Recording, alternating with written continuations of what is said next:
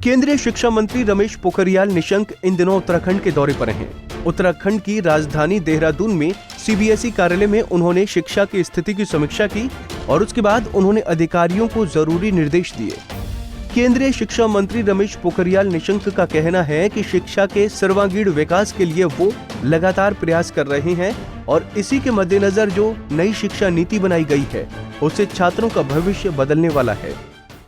इस राष्ट्रीय शिक्षा नीति 2020 को हम चाहते हैं कि हमारे केंद्रीय विद्यालय हैं, हमारे नवोदय विद्यालय हैं, हमारे सीबीएसई के जो स्कूल है उनको एक मॉडल के रूप में हम आगे प्रस्तुत करें।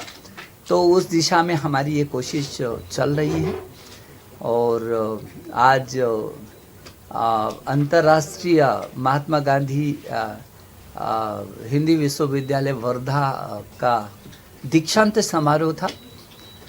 उस वर्धा के दीक्षांत समारोह में मैं यहीं से जुड़ा था। आपको तो मालूम है कि यदि आंकड़ों के हिसाब से देखें तो पूरी दुनिया में हिंदी विश्व की तीसरी सर्वाधिक पढ़ी जाने वाली, बोली जाने और समझी जाने वाली भाषा है और अंतर्राष्ट्रीय फलक पर हिंदी का बहुत व्याप हुआ है। जो हमारे देश के प्रधानमंत्री जी ने कहा है कि क्षेत्रीय भाषाओं में जो मातृभाषा में हम इंजीनियर और डॉक्टर भी बनाएंगे। जो भारत की विविध भाषाएं हैं, भारत की जो 22 भारतीय भाषाएं हैं उनको और सशक्त करने का हमारा अभियान है। चाहे तमिल है, तेलुगु है, मलयालम है, कन्नड़ है, गुजराती है, मराठी है, बंगाली है, उड़िया है, असमिया है, उर्दू है, संस्कृत है, हिंदी। अब इस देश की जो संविधान की अनुसूची 8 में हमको 22 भारतीय भाषाएं मिली हैं और बहुत खूबसूरत भाषाएं हैं। उन भाषाओं में हमारा आचार है, व्यवहार है, ज्ञान है, विज्ञान है। उन्हीं भाषाओं में हमारी भारतीय परंपराएं भी हैं।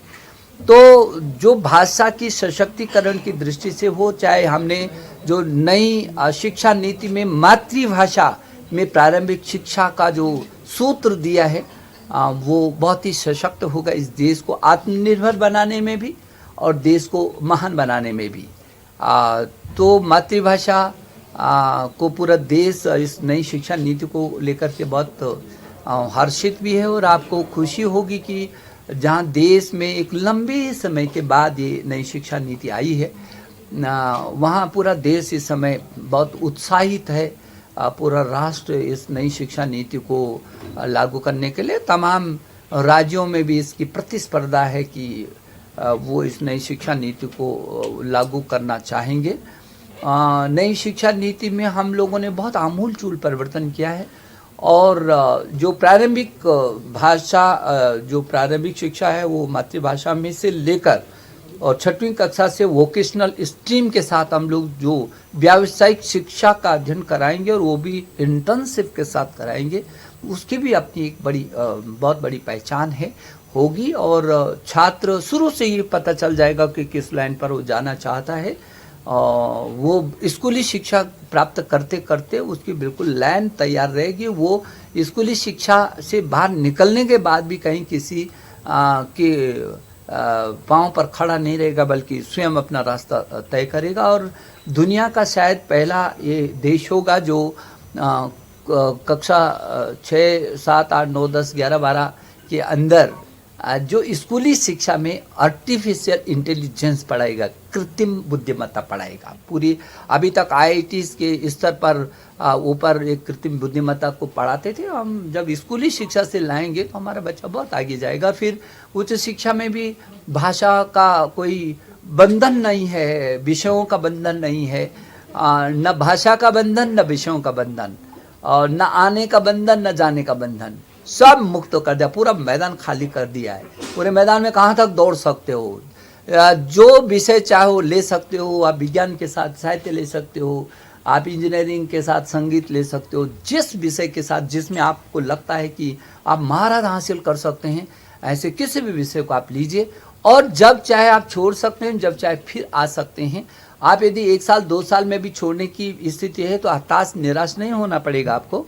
आप 1 साल में परिस्थिति वश भी छोड़ सकते हैं, छोड़ना चाहते हैं या छोड़ना पड़ रहा है तो आपको सर्टिफिकेट मिल जाएगा। 2 वर्ष में छोड़ने की स्थिति बनती है तो आपको डिप्लोमा मिल जाएगा, और यदि 3 वर्ष में छोड़ रहे हैं तो डिग्री मिलेगी। लेकिन यदि बीच में ही 2 वर्ष के बाद आप चाहते हैं कि अपना भविष्य को और वहीं संवारना चाहते हो आप, और परिस्थिति अच्छी हो गई, तो आप आइए, जहाँ से आपने छोड़ा है वहीं से आपको शुरू करेंगे। हम ऐसा क्रेडिट बैंक बना रहे हैं जो उसके क्रेडिट सब जमा रहेगी, वहीं से आकर के वो आगे बढ़ सकता है। दरअसल शिक्षा नीति को बेहतर बनाने के लिए हर एक पहलू का ख्याल रखा गया है।